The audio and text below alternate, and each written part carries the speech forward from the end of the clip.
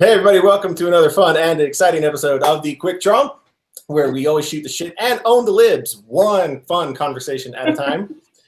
As always, I'm your host, Mike. With me is my co-host, John, at Firelight Phoenix. If you're in the chat tonight, just let John know that he's pretty. He's, feeling kind of down, so he could use a confidence boost. But that's just all the shit I give him. You might as well tell him he's pretty. I was kind of nauseous today. I did have stomach issues, so I guess maybe there was that. But TMI, John. TMI. If I look down, that's why. I can take shit. I'm good. Why do I keep you on the show? I forget. So speaking of owning the libs, tonight's topic. There's been a mass exodus, apparently, of Democrats and liberals from their party.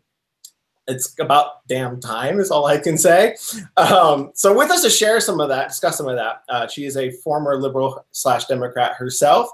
She's seen the light, thank you, Jesus. Wait, is that inappropriate? Can I do that? Is that okay? If it is, the answer to the question, is that inappropriate and can I do that, is always yes. It's always yes and yes. Got it. Yes, yes. We are a big fan of inappropriate humor. She is also now a writer for Chicks on the Right, so please join us in welcoming Ashley Kimber D, also known as @Red is the New Punk. Hey. Ashley, welcome to the program. Hello.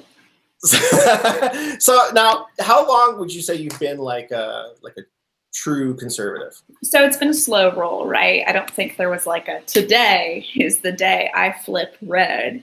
I graduated. That's where the red is the new punk comes. I'm trying to figure that one out. God, yeah, because I don't have any friends anymore, and everyone thinks I'm psycho. So I figured I'm just it's really hardcore. They're just all on Twitter, which I don't know if that makes it better. That's actually true, and most of them are 55-year-old men, which is something I'm really proud of. Well, you and my wife have something in common. Yeah, no offense to them, they truly keep me going every day, but yeah. I feel like there's no way to come back from that now. No, there isn't. Let's just keep digging. No, I'm not digging a hole. It's something I'm truly proud of. Hi, Fred. Hi, Roger. So kind of walk us through what that transition looks like. So was there surgery involved? Oh no. I wish though, I could use a little bit of that, but I feel very, very confident in my feminine identity. So basically I graduated from high school, very lib then. That was fully in the Obama is the second coming phase. And I got into that, we can believe in this change and these really cool, colorful posters. Undergrad, very similar. I went to a big state school. I went to Indiana University, actually, which I still love. But I took all of the feminist classes and the gender studies, and I wrote a lot of essays on constructs and, how women could be men if they wanted, or, all of that. And I think it was basically about my senior year of undergrad into my first year of my master's degree, where I started realizing how many people sort of disclaimed everything I ever did or said, a lot of my accomplishments as and our Hispanic student, Ashley. I'm okay, that happens to be, that happens to be something. I moved to the United States when I was 13 or 12. So, that is a thing about me. I am Mexican, but that's not it's Ashley got a scholarship. Hooray, Hispanics. Now, okay, I've got to ask, how often in college did you get asked by white liberals or told by white liberals, you don't look Mexican? Oh, every day. Yeah, I mean, I get told that by everyone. That's a conservative thing too, that you don't look Mexican. My father is American. I do take after him in the strong jawline and the Caucasianness of my face. That's what's my daughter's problem right there. Is just my wife will be walking through like the makeup section of Target, and people will just like, they'll assume she's either the maid or she kidnapped these children. So my mom's about 5 foot tall. She weighs 80 pounds, like on a good day. Oh, wow. Like literally, my mother weighs 80 pounds. She's 5 foot tall. And I was a big baby and I was very blonde. So she would like carry, we have pictures like of my baptism, for instance, where like I'm down to her knees. So they would be like, oh, that's lovely. Like, whose child is this? And she'd be like, go away. I had the opposite problem where I had a bunch of friends, like, because I know a lot of married couples and a lot of them are white. And so I remember having one, again, he's a blonde-haired, blue-eyed kid, and I happened to be out, and his mom was off doing something. And so some girl comes up, and he's like, oh, is that your kid? And I'm sitting here like, no. Yeah. I'm just like, yes, that is my kid. Yes, the blonde-haired, blue-eyed one is definitely mine. Yeah. I think we are should turning on like, in that case. That, yes. I think it used to be a lot more acceptable to be like, there's no way that's your kid. And now in this age of like genetics, where like genetics don't mean anything anymore, they're like, oh yes, look at your blonde baby. What a beautiful child. Yes. Have you gendered it yet? Genetics is kind of a funny thing, though. Sometimes you see combinations just like, did not see that coming. A lot in Hispanic families. My mom comes from 5 kids, and there's some blonde ones in there. There is a blonde one in there, and then there's one that is fully like, could not be more Mexican. So, you know, we've got healthy mix. Where were we going with this? I forgot, but just roll with it. Oh yeah. So anyway, so there was a lot of like the Mexican one. Ashley has succeeded in this and that and that, and it was just. And then of course there was the whole like, also remember, conservatives hate you. It's like, oh yeah. Yeah. I hear they also remember what? Like conservatives hate you. Just remember. Oh right. Like, no matter what they do. Yeah, they hate you. Remember, no matter how well they treat you, and it's they don't because they every hate accomplishment they do with Mexican, it's because they hate you. That's why leftists tell you you're the Mexican. Thank you for that. Yeah. But they love you. That's why they say it's because they love you. You know, what I find funny about that is because I grew up in Florida, so we had Mexicans, Cubans, Argentinians, Colombians, Venezuelans, and they all didn't get along. Yeah. And so it's like I feel like if you're a Mexican and you tell people, you go around telling people the conservatives hate you, you'd be like, yep, and so do the Colombians, and so do the Venezuelans, and so do the Cubans. Whatever. I mean, I hate myself. Dang. Just kidding. That's what I get told. Go on. I get hated by Jamaicans, but then again, I also get hated. I also get hated by Black Americans, but that's a little easier for me to understand. That's because John works. It's because you're a traitor, John. Exactly. Yes, I am a traitor. That's exactly what it is. And, I am too. Yeah, exactly. I'm a Mexican lady conservative. How often do you think I hear that one? I was gonna say you're a traitor twice. I'm all kinds of. Oh, I also went to college, so 3 times, and a millennial, 4 times a traitor. I put Bradley Manning to shame. What? I would need a moment to compose myself. So what was like? Okay, so what was your turning point? What were you like? Okay, this is bullshit. So there was all of that, right? I was getting really tired of how often identity politics played into every single thing that I ever saw or ever did, and I realized it wasn't just me; it was everyone. Like identity politics was the thing. And then I was in my master's degree. I was taking some like some budgeting classes. And again, it was for nonprofits. And I often raised the question, like, if something isn't sustainable, why don't you let it die? Like, yeah, that's a question nobody asks, right? Right. Like if something like truly cannot be funded, like why are we throwing money into a hole that cannot be filled? And I like literally every time I would ask, anytime I would ask a question like that, they're like, I would literally elicit like gasps from the class, like, because you can't let it die. Like you must throw money into the well. You must. Right. And it makes you a more moral person after all. You don't, if you aren't willing to throw money ineffectually at a problem, it's because you don't care. You lack empathy. Believe me. You just told me that earlier today. If you're not willing to throw money into universal health care, it's because you just don't have empathy. Right. Like, for instance, San Francisco is spending an average, I think, like $40,000 a year per homeless person.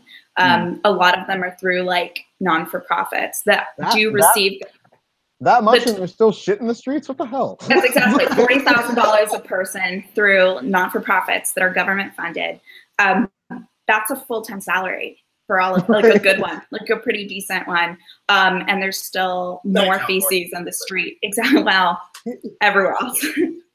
But yeah, but that's their own fault. But we're worried about straws. And it's like, so I would say, if these programs are not working, why are we not shutting them down? And I was like, everyone would be like, well, how could you ever shut down a program for the homeless? I'm like, because it's not working.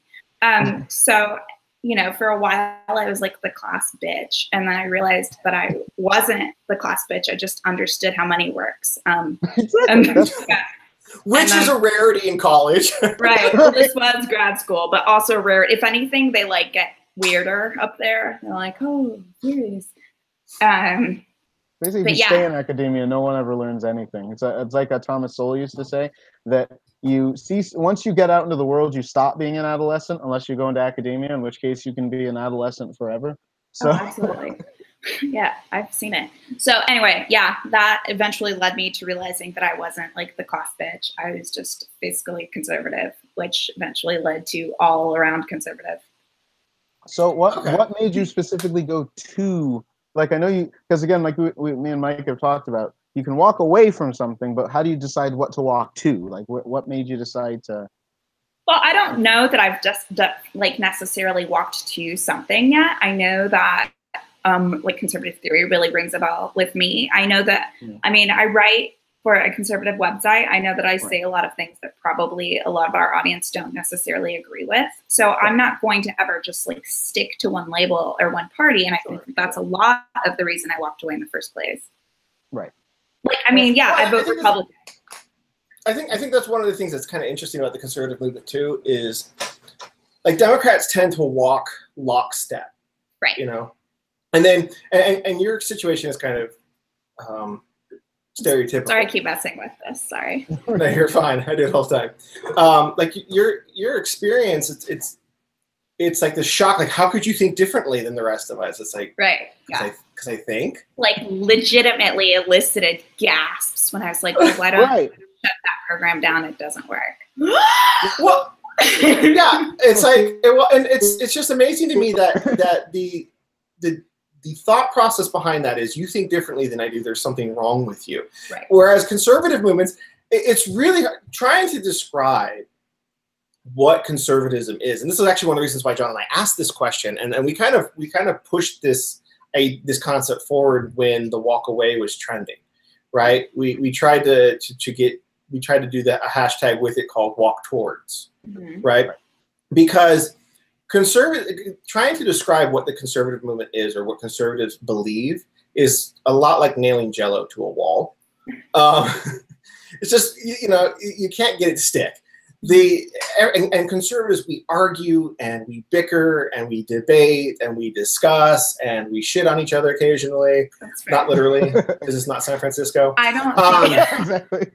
And we tend to be a lot more vanilla than that. Sorry, what? You said we tend to be a little more vanilla on that. But yeah, that's some liberal shit. We don't like that kind of stuff. No.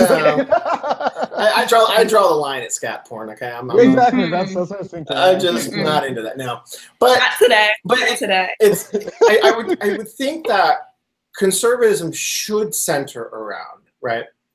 And this is something John and I have said for years, that the conservatism should at the very least center around life, liberty, and property rights. Absolutely. Yeah. Right, the Declaration of Independence. That is the best litmus test, I think, for whether you are a conservative, a true conservative, or not. Everything else is incidental to that, right? Right. If you believe that every human being has a right to life, that every human being has a right to liberty, and every human being has the right to pursue happiness, i.e., own property through lawful and legal work, right? They can work and earn things that they can keep to make them happy, right? Then whatever else you believe is auxiliary to that. If you're for gay marriage, against gay marriage, for weed, against weed, like we can debate that at the state and local level if we want to. Right. But let's nail down the kind of the core concepts, which is life, liberty, and the pursuit of happiness. Mm-hmm. It's kind of interesting that what piqued our interest about the walk away movement is that it was very reminiscent of the kind of the ex-GOP sentiment that popped up when Trump was elected. A lot of people that left the GOP because they didn't like Trump, or they didn't like the way the GOP just kind of caved and kind of turned on some real conservative candidates like Ted Cruz, sure, like Scott Walker, like Rand Paul, because they didn't want conservatives who would rock the boat, right, and kind of correct the arc here. So, and they were willing to take Trump, who they thought would lose. Everybody thought Trump was going to lose, and including the Republicans that were like, let's help this guy along, and then we can have 4 years of Hillary, and we can bitch and moan and ask people for money, because that's what they do. They say we could win this if you would just give us your money, your hard-earned money. There's actually a really good, we talked about California. There was actually a really good article written by a friend of ours about GOP politics in California, and how the GOP doesn't lose in California because there's not a significant conservative presence in California. There absolutely is. That's right. The GOP loses in California because it's more lucrative to lose. It's easier to lose California and then say, we just got to pay, you just got to give us more money so we can win these other races to make up for California and their representation. But if you actually look at, like, for example, northern Colorado and I even think some parts of central Colorado, they're very red counties. Yeah, absolutely. So I find it kind of interesting because your experience is a little different than mine. I was never a liberal per se, but college is where I kind of things started clicking for me.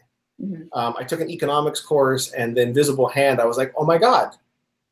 That makes perfect sense. Yeah, that makes perfect sense. The invisible hand, it's almost kind of got like an aspect of divinity to it. I really like this. I mean,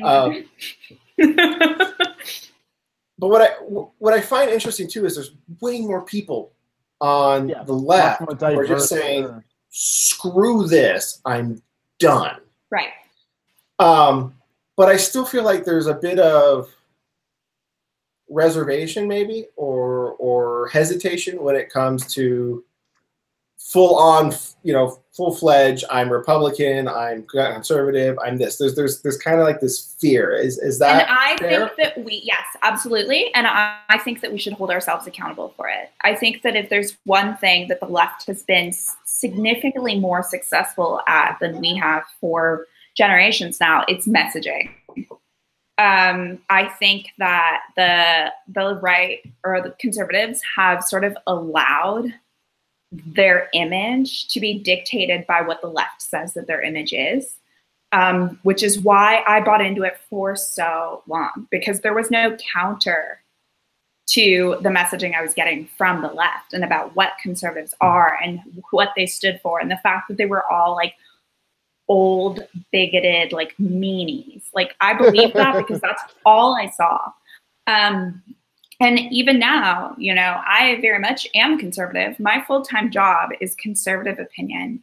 I get comments about how I'm too young to know what I'm talking about. I get comments about how— From both sides or just from the left? Oh, no. From conservatives. I'm too young to know what I'm talking about. A real conservative doesn't say the sort of things that I say. A real conservative doesn't dress or do the things that I do. I drive a Prius. That seems to be a real point of contention. I blame South Park for that one. Yeah. So what I'm getting at is that I don't know that I think more and more I see organizations that are targeting like a younger audience that I'm really excited about. But I definitely think that conservatives in general are really lagging behind on what their messaging is. to combat what the messaging is coming from the left, which absolutely dominates the media. Now, you said you didn't have any counter to the kind of liberal message. So are your parents, are they liberal or progressive? My father is not really political at all. He considers himself very moderate. He's not. He's absolutely like mainstream Republican. He just like gets nervous to call himself that because, you know, he does watch MSNBC and consider it news and, you know, doesn't want to be labeled an old white racist guy because, you know, his kids are Mexican and his ex-wife is Mexican. He lived in Mexico for 20 years. So he really takes issue with what he thinks the messaging about Mexico is coming from the right. Okay, so you know, some of the stuff that's being said, he doesn't want to be lumped with. Is what you're exactly. saying. Yeah, because go ahead. I almost feel like though sometimes conservatives are victims of their own perceptions. I think about what people think. Like I think many conservatives are too worried about what other people think. In other words, you know, because like, again, a guy like Kurt Schlichter. I'd say it's the opposite. Yeah, well, I don't know, because like when it comes to messaging, like I don't really get that impression that like conservatives. I think you're right. I think that's accurate in the Bush years. Mm-hmm. I think that's accurate in Obama's first term. I think at the end of Obama's second term, and especially now with the Trump administration, it's a complete inverse. People don't give a shit what the left says about us. And in fact, that's like kind of the whole. Well, right, especially with Trump. I agree. I was going to say though, I think in some circles, and maybe it's because it's the people that I tend to read who are not pro-Trump. I think maybe were the ones who kind of were like very careful about what people thought. You know, about you know, like they're worried about if someone says you're racist, and they get very concerned with, oh God, how can I look not racist? Right. And it's like, you know, and yes, you're right. The people are perfect, and that's why Trump won. That's one of the things that people liked about Trump is he didn't care. He gave absolutely no shits about what anybody said about, you know, am I racist? And I think he's just no, I'm not, and go screw yourself. Whereas a lot of people, I think there's still, I guess they call them kind of the conservative intelligentsia, you know, that kind of seem to care about that, you know, and I think that both sides have a somewhat of a point. That you do have to care somewhat because conservatism is you have to persuade people, so you do somewhat have to care about imaging. But on the other hand, you shouldn't be afraid to tell truths. Well, I think there's also a huge difference between imaging and messaging. You know, like making sure that we like working on our image is what the Democrats do. They work on an image. They don't work on a message. And I think that we could be doing a better job. I think we're getting a lot better. But when I was in college, I never had anyone say to me, let me talk to you about what it actually means to be conservative. It doesn't mean hating everyone that doesn't look like me. It means A, B, and C. It means life, liberty, and property. Like, you know, if someone would have said that to me, that would have meant a lot, but no one ever did. And even to this day, again, like people, I have a number of tattoos. I drive a Prius, you know, like people look at me and immediately shut me out as like, this girl must be a liberal. There's really no sense in like having a conversation with her or exploring that further. People? What? Do they tend to be older people who do that? Or is it sure. Yeah. But I mean, that the Conservative Party is an older party. Like we need to be aware of that for the most part. Like, I think that is changing, but I think it's taking a while. So now, on that note, how high and how thick should the wall be? Oh, man. I mean, I'm a huge Arrested Development fan, and they said 3 miles on that, I think. So 3 miles, yeah. 3 miles tall. Oh, I was going to say, okay. Tall? Oh, wow. Okay. That's it's big here. Yeah. I mean, no,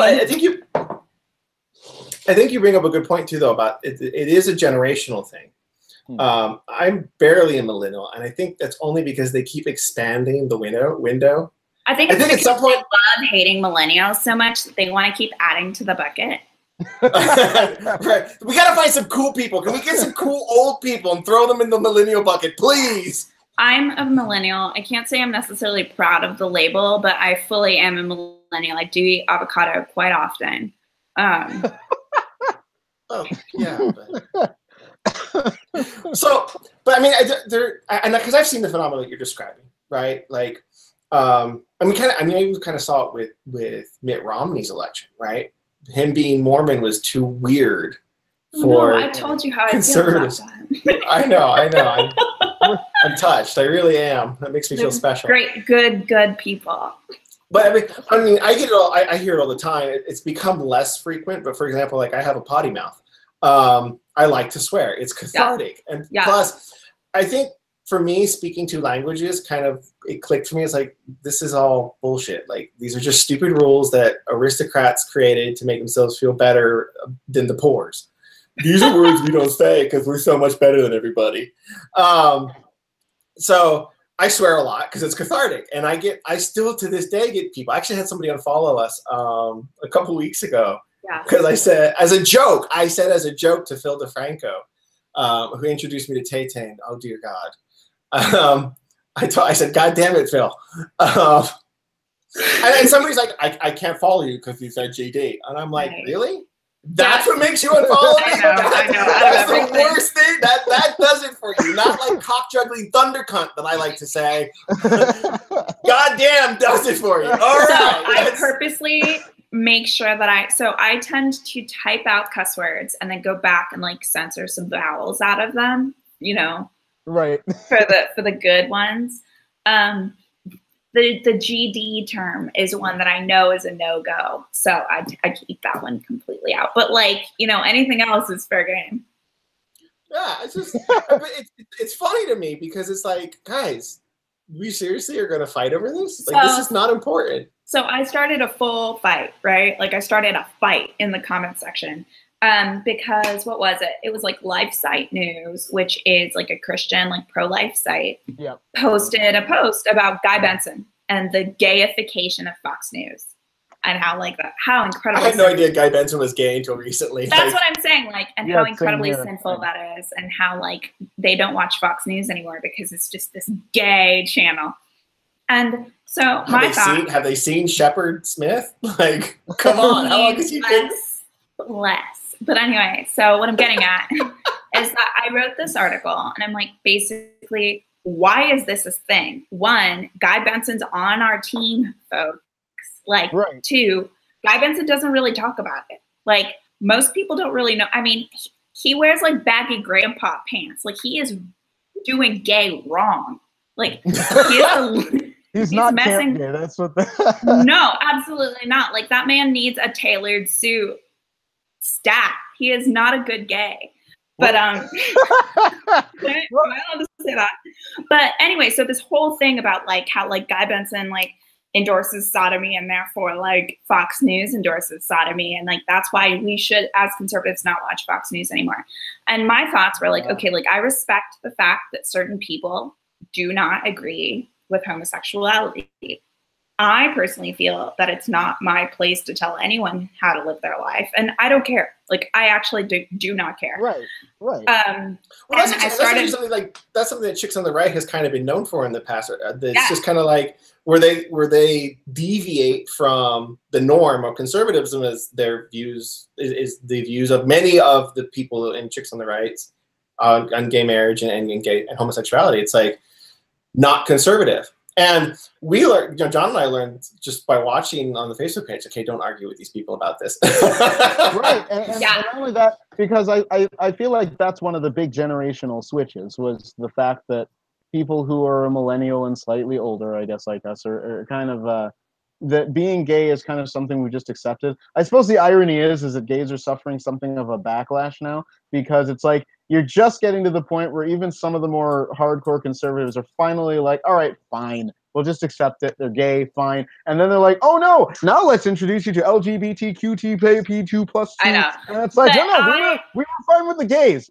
Okay. Right. And I think it's unfortunate to like group each situation. I think that like each little letter has its own like set of mystery. Right. I don't know. What I was getting at is that like forcefully attacking Fox News because Guy Benson happens to be gay. And then I think that it was like, oh God, what's his name? Like black hair, like thumbhead. Nice guy. What's his name? Henry? No. Ooh. Anyway, someone congratulated. Like he's like a boxier guy. He's got big shoulders. Oh. Like he wears a watch all the time. Black hair. Like he's on all the time. Why can't I think of his name? Is he on the 5? He used to be on the 5. Yeah. Loves Trump. I know. I got his face in my head, but I can't remember his name. Anyway, super Tucker trash. Carlson. Call me. No, not Tucker. I know Okay. Tucker's name.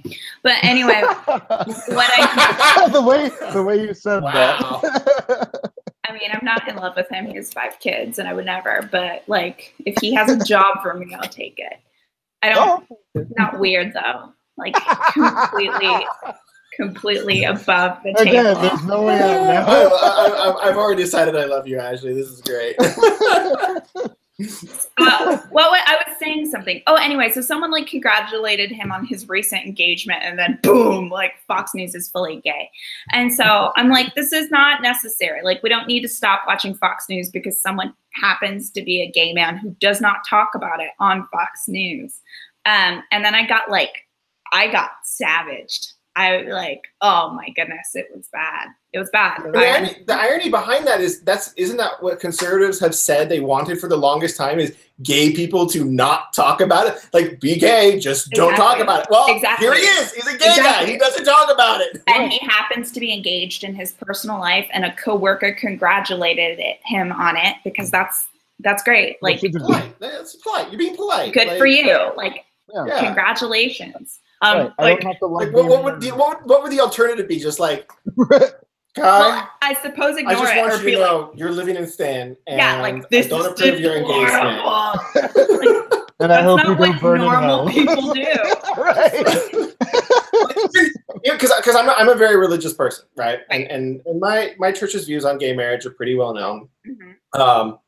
It's actually, I think, as for a Christian faith that speaks out against gay marriage, we still actually have a very liberal view of homosexuality, in some ways. But yeah, it's like if I have a gay friend and he's getting engaged, I'm not going to sit there and be like, you and your fiance need Jesus, okay? No, Jesus does not approve. Like, I'm going to be polite. I'm going to be like, well, congratulations. I wish you the best. I hope things do well for you. Now, in my head, I may be thinking, I hope like you magically become straight and find happiness like in a traditional way. But statistically speaking, that's not likely to happen. I'm not going to say that out loud because it would just be mean. But this kind of does touch on the heart of like what it means to be conservative, right? Because what are we trying to conserve, essentially, right? And I think for older people, when you say conservative, they're trying to conserve what is in their mind a traditional way of life. What we tend, the romanticism of the 50s, right? Here's the thing. I would like to conserve my ability to have that traditional way of life. But I also feel like I keep saying I want the government to stay out of my life so that I can conserve my ideals of what my life should be. Why then am I mandating like what their life should look like? I don't understand that. Right. I think that's where I think we've kind of drifted. I think younger people. Eric Bowling, by the way, is that the name? Is it? She's going to Google right now. I was going to say, I think that's why the term conservatarian became such a big thing. Because, I think that libertarians kind of made some inroads in the conservative movement. So I think among younger conservatives, I think a more libertarian spirit kind of dug its way in, and I think that's a good thing because, like we've always said, we'd rather just have the discussion. It would be much more beneficial to the country if the discussion was just between conservatives and libertarians. Because again, if a libertarian or conservative is arguing with a leftist and you give ground to the leftist, you lose. Everybody loses. But if a conservative gives ground to a libertarian, the worst that happens is you get a little bit more liberty and people do things you may not particularly care for, but whatever. And if they lose ground, then usually it's okay, so some minor thing is going to happen. But basically, conservatives and libertarians more or less agree, government should leave people alone. So, John, how do you propose we cut the liberals out of the conversation? Oh, geez. Personally, I think... Own them with memes! Own them all! Actually, I think the left is actually, the irony is, I think the left is actually putting themselves out. Yeah, because what they're doing, that's why we have walkaway. They're literally doing it themselves, or they're getting to the point where they have gone so utterly insane. And this is the one good thing, this is one of the good things I say about Donald Trump, is Trump has made them so just batshit crazy that instead of responding, again, there are so many reasonable ways you could respond to Trump because there are a lot of dumb things that Trump does. Sure. And there are perfectly reasonable ways to respond. It's like the left has never heard of them. The first thing is Nazi. He's collaborating with the Russians. They own him. Something. He worked for Putin. And it's like, dude, you could just say, you know what, Mr. President, I don't think that was such a great thing. You know, here's what would probably be better. And you'll probably never do it. You could say that, and honestly, you'd sound reasonable, and I don't think Trump would know how to respond. But Trump can easily deal with it. He's the matador to their bull. All you have to do is just wave a flag in front of something you want them to run head first into, and they'll just run right into it. That's basically how that works. I mean, he does. He's actually, I'm going to go ahead and say that I think he's pretty skilled at like riling them up and be like, never mind. That's not what we're doing. We're doing this, and you're going to ignore it. I think, then it's all time wasted. But then once he actually does something, it's completely ignored because they're still fuming about this like thing that never happened and was never going to. Right. Yeah, no, I have to admit, like and I wrote a thread about this on our Twitter account that like the left, we warned the left like a year ago. Like I said, like, guys, if you keep this up, people are going to stop listening to you. People are going to walk away from you. And it happened. Like this is exactly like you cannot keep up this level of outrage. That was actually one of the first episodes we ever did when we started the show was about outrage fatigue. Right. It was the very first thing we talked about. Is just make my entire living off of their outrage, and I'm exhausted. It's like you get paid to do this. I'm like, yeah, I literally get paid to talk about how psycho they are. You're still and even I'm like, you guys, calm it down. I'm tired. I don't want to have 20 things to write about today. Like enough. But by the way, Ashley, we got a comment for you. It's actually from the wife. She says she's amazing. I love her.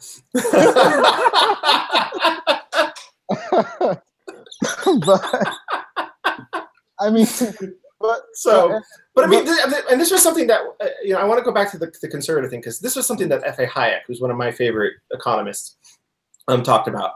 Was the biggest mistake that classical liberals did was give ground to progressives when they hijacked the term liberal, right, and started calling themselves conservative. Because what conservatives in the 30s and 40s were trying to conserve was liberty, right? Right. They were trying to conserve small government, but he understood like the and again it goes back to what you're saying about messaging, right?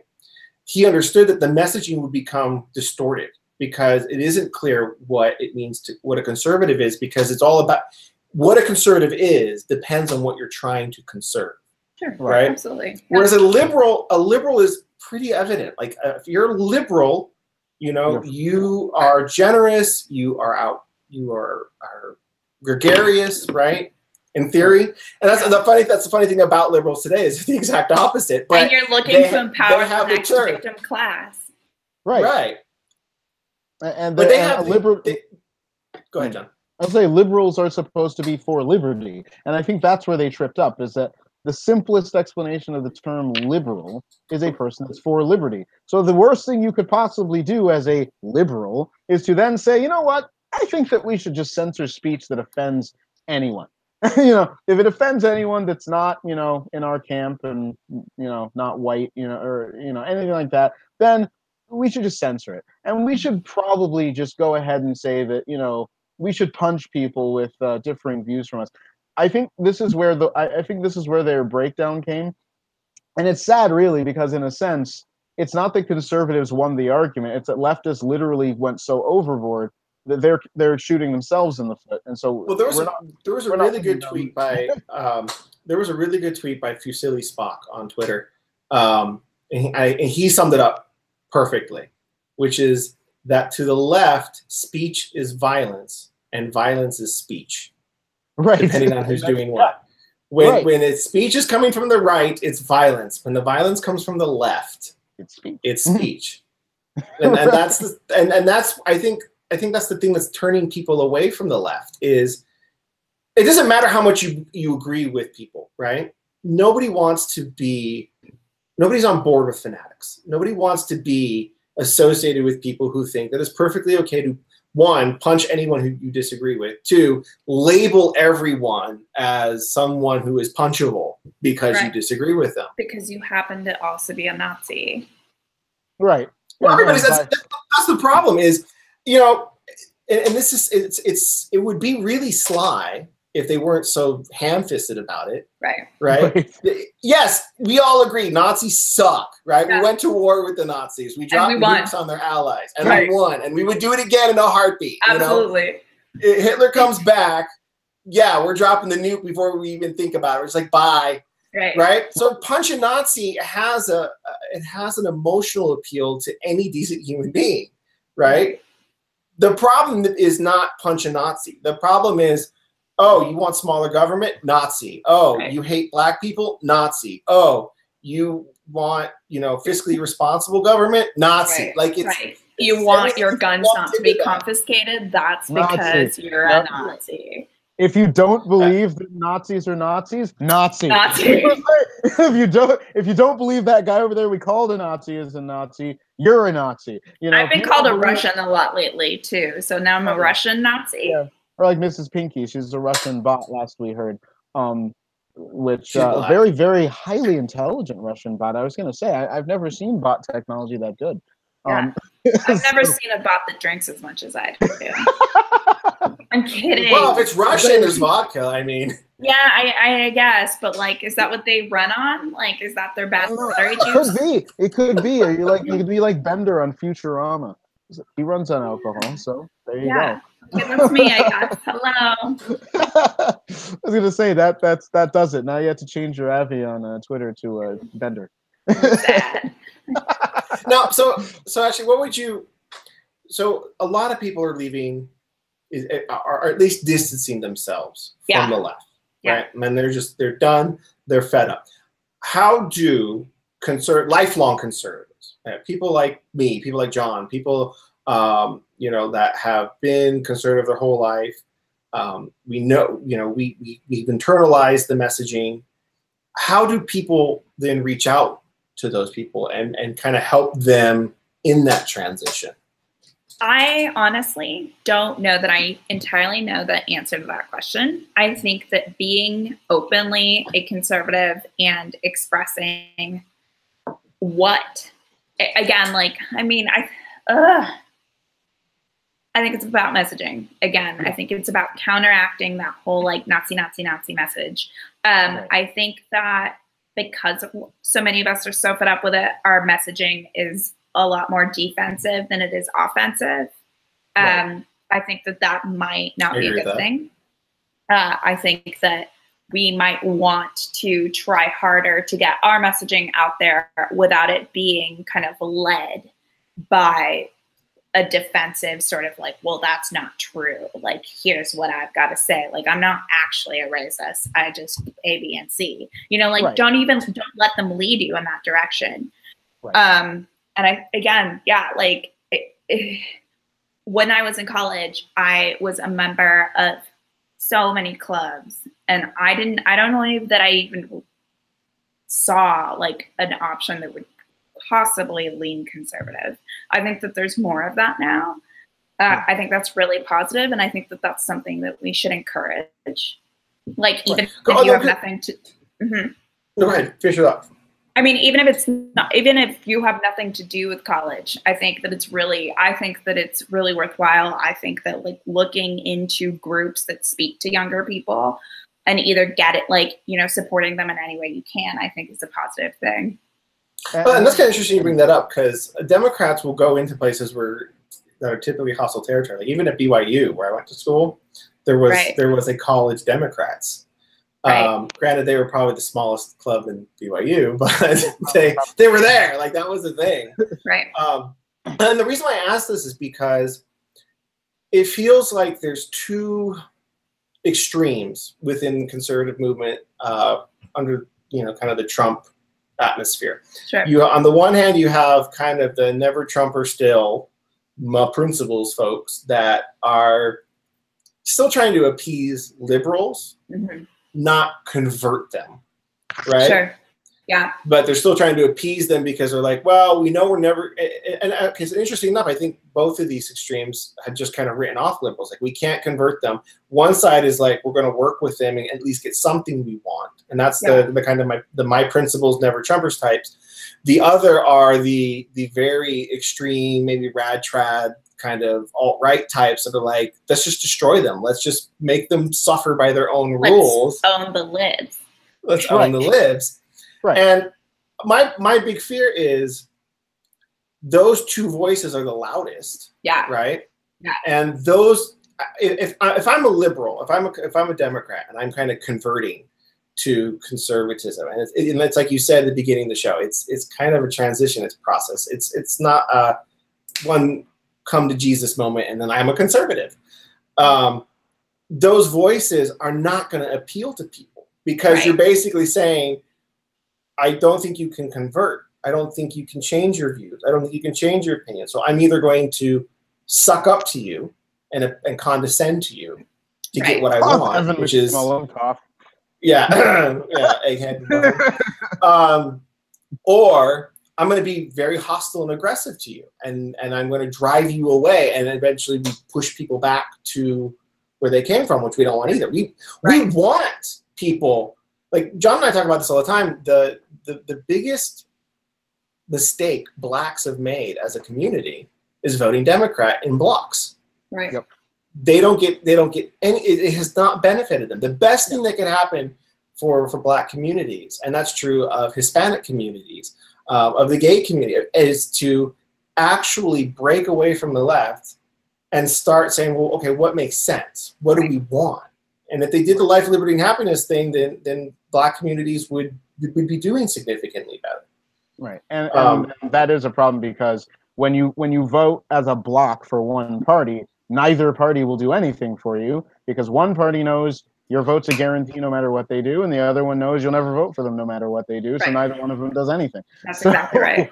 So and that's the way it's been for blacks. They're politically powerless precisely because their votes are guaranteed in one direction. So actually, what support then did you have as you were kind of, because you mentioned like this all happened for you while you're in very liberal atmosphere in college, and you're eliciting gasps. So like, did you have a support group? Did you have friends that were like, I'm secretly conservative too? Okay, so I had one professor who I had a pretty candid conversation with, and he suggested that I listen to Ben Shapiro. So there's that. Oh, there you go. Nice. Yeah. So there was that. Also, I mean, this is kind of embarrassing to admit, but there was a time in my life where I decided that I was really tired of dating soy boys. So I started actively not dating soy boys, and I was like, oh, interesting. Like, you own a gun and you touch it and you're not afraid of it. And they really I don't see why that's embarrassing. Well, it's embarrassing. That's actually, by the way, that's a really great first date, is to take her shooting. I'm just gonna no, actually not for me. Like, at that point, that would have actually traumatized me. I'm good now, but at the beginning, I was truly really afraid of guns. Even being in a room with one, with I can't. This is certain death. I remember my boyfriend now is very much a gun guy. We live together. There are guns in my home. Oh my God. Such a switch. Who would have thought? I'm not even allowed to tell you how many. That's the kind of household we are. That was our experience because I didn't start shooting until I was in college, and it was because one of my best friends, when his grandfather passed, he left his grandson, my friend, a bunch of rifles and handguns. So he's like, I want to take these out of the shooting range and try these out. Do you want to come? I'm like, well, I've never fired before. He's like, neither have I. It should be fun. No. So we you went. had two dudes with a car full of guns that had never shot a gun before. Well, I think they'd gone one time. Okay, because I was going to say, everything in me says this is a terrible idea. You're supposed to have a trained professional on hand. No. He'd gone maybe once before. Right on. So we're in the shooting range, and I fell in love with it. I was like, I love this. I want to do this. Yeah. So my wife and I, we've been married for a year, and I was trying to talk her to letting me get a gun because I really wanted a handgun. And she was like, no, I'm so afraid. Like she was literally afraid that if I carried a handgun, it would, or even if I just kept it in a drawer, it would somehow, the drawer would slide open and the gun would jump out of its holster and start mowing people down on its own, which apparently is what liberals think too happens with guns. No, for real. Yeah. Like guns, do you not realize that they like get out of their little compartments and like, I mean, guns kill people. I was just telling that, right? I was gonna say, just like I'm waiting for that day, like, you know, some Antifa guy like has an AR-15 thinking he's gonna spray bullets everywhere and it fires like one shot and he's like, I don't get it, what's going on? So, you know, I don't understand. We have several guns in the house now, and my wife's just like, we haven't gone shooting forever. I want to go to the shooting range. No, so I'm just cool with it now, but I totally relate to her. Like the first time I ever held one, it was a friend of mine, and he was like, have you ever held a gun? I'm like, no, and I won't. I can't do it. I'm too, like, I believe that you should own one, and I believe that they're scary. Right. So, oh, she used to cover her eyes. She used to close her eyes when she'd pull the trigger. Well, also I grew up in Mexico. Like civilians do not own guns. This is not a thing for me. So yeah, he made me hold my hands out like this. He was like, hold your hands out literally like this. Like, don't even curl your fingers in like this. And I'm gonna put it in your hands. So, no. Oh my God, don't do it. I just realized that out of context, this conversation sounds really dirty. That's true. Anyway, there was then a large gun in my hand. A gun, a handgun. And no one died. That's, yeah, so she went to, so the same friend, he made his own targets, right? Okay. And they're basically two posts with a slot in them in the middle. Okay. And then they were held together by bungee cords, and he would just put a plywood in between in the slot. So the idea was you shoot cans, right? What? Did you realize you could just shoot cans, right? It's a lot easier. Well, yeah, you're talking to a couple engineers here, so like we have to do things the hard way because it's funner. Yeah. So you would take some plywood, put it in the slot, and then you could staple a target to the plywood, and then he would hold the posts together with bungee cords. And my wife actually would close her eyes when she'd shoot, and she somehow managed to like shoot the bungee cord off. Yeah, good for her. So, really good. Like, honey, you need to keep your eyes open when you pull the trigger, please. Yeah, that was also the first few times. The first time I ever shot, I was so nervous that I kept my arms like locked to my chest, like for minutes afterwards, and I didn't realize that the shell had like wedged itself between my chest and my arm, which I was wearing short sleeves. And so literally like 30 seconds later, it starts burning. And I'm like, oh my God. The first time you do a little dance. Ow.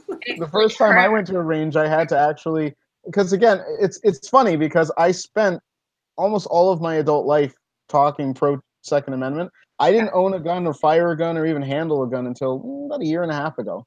I mean, but that makes you so legit because you believe in freedoms that you don't necessarily exercise yourself. You just think they're important. Well, now I do. But well, like the first time I went to the range, I had to actively learn to stop flinching every time I heard a shot. Like I'd hear it and I immediately flinch. So like I've got to the point now where I can hear it and I'm good.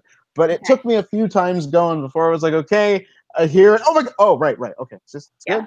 Good. Okay.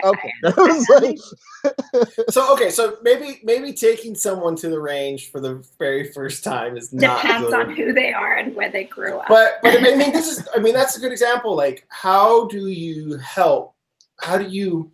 transition libs, right, or Democrats who are open-minded?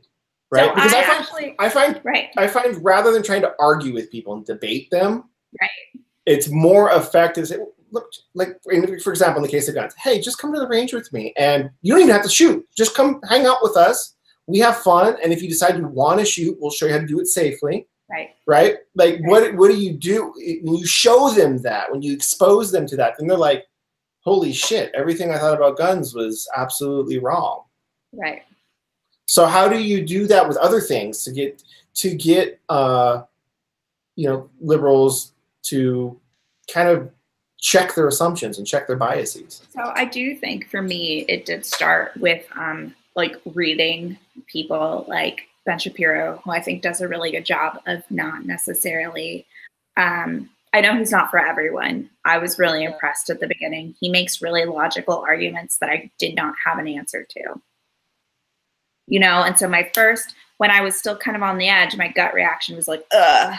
But then I was like, but I don't have a reason that I'm not gelling with this. I literally am just like, oh, but I don't know. I don't know. That's not how I feel. But then I was like, but does that matter? Like, is he wrong? And the answer is always no. Don't care about your feelings. Yep, that's right. The answer is always no. The answer is always he's not wrong. He's not wrong. And so it started with reading people like that. I started reading stuff like by Scott Adams, who is also really smart and really just insightful about the way he puts things. And then once I started being like, okay, these guys are not wrong, I started reading, you know, sites like Chicks on the Right and that sort of thing that kind of is a lot sassier. But then once I was— That's what we love about them. Yeah, but once that foundation was set of like, these are facts that I cannot dispute, I was able to take in some of like the owning of the libs a little more, to the point where I thought it was funny. And I'm like, okay, like, yeah, I identify with them, but also like, this is hilarious because these people are being pansies and I don't really want to be associated with that anymore because, oh my God, you're embarrassing us. And it kind of just— Well, and I think, you touched on a good point too, like humor is a really, I mean, one of the reasons why John and I are crack jokes like we do and we're inappropriate and we say the things that we say is because, and I wrote a thread about this, about humor. It's you can't hate someone who makes you laugh. Right. You can't hate them. Like, you can think they're a Nazi, but if they're a funny Nazi, right, like, right, you might start Zig Hailing every now and then. Like, I'm a Nazi, but I love color. Just what not on tape. It's not in public. No. But that's, I mean, especially if the humor is self-deprecating or it's not hostile or mean spirit. Right. Actually, I mean, if you're teasing or mocking, that's one thing. But, you know, we laugh at ourselves. We laugh at libs all the time because they're a gold mine of that kind of stuff. I mean, literally, again, for me, this is what I do for a living. Right. But then you switch it up, right? You say, okay, joke's over. Let's have a serious conversation now. Yeah, because there are and people actually listen. We had. Right. So we definitely want to have more conversations with you. We're actually out of time. So make sure, guys, that you are following Ashley at Red is the New Punk. She is an awesome account to follow. I think we discovered you through David, actually, our Canadian friend. Yeah, and the way I discovered him for some reason is because he tweeted out some like Beach Boy lyrics, and I was like, heck yeah. David just has this amazing ability to bring like random people together. Yeah. So make sure you guys are following Ashley. Wonderful person. This has been a great conversation. We'll hopefully have her back because she is amazing. And if my wife says you are amazing, then that's it. That's like, I mean, there's no disputing that. So I'm sure she's very lovely. Well, you can follow her too. I won't give you. I think I might actually. When you did, I think I follow your wife. So. All right, that's good. Make sure you're following John as well at Firelight Phoenix. Phoenix is Phoenix because Twitter sucks. And make sure you're following us at ornery_opinions, where we will continue to own the libs and make fun of them. And schedule the show and blast that out so you guys can keep watching. Make sure you're subscribing. And Ashley, thanks again for coming on the show. This was a fun conversation. I like having conversations with people who, you know, they come from a different perspective, because that's one of the great things about the conservative movement. We don't march in lockstep. Mm-hmm. So having these different perspectives, having these different opinions is, I think, the best thing about being a conservative. So I look forward to talking to you some more. You guys will hopefully have a wonderful weekend, and we'll see you next week. You guys have a good night. Bye.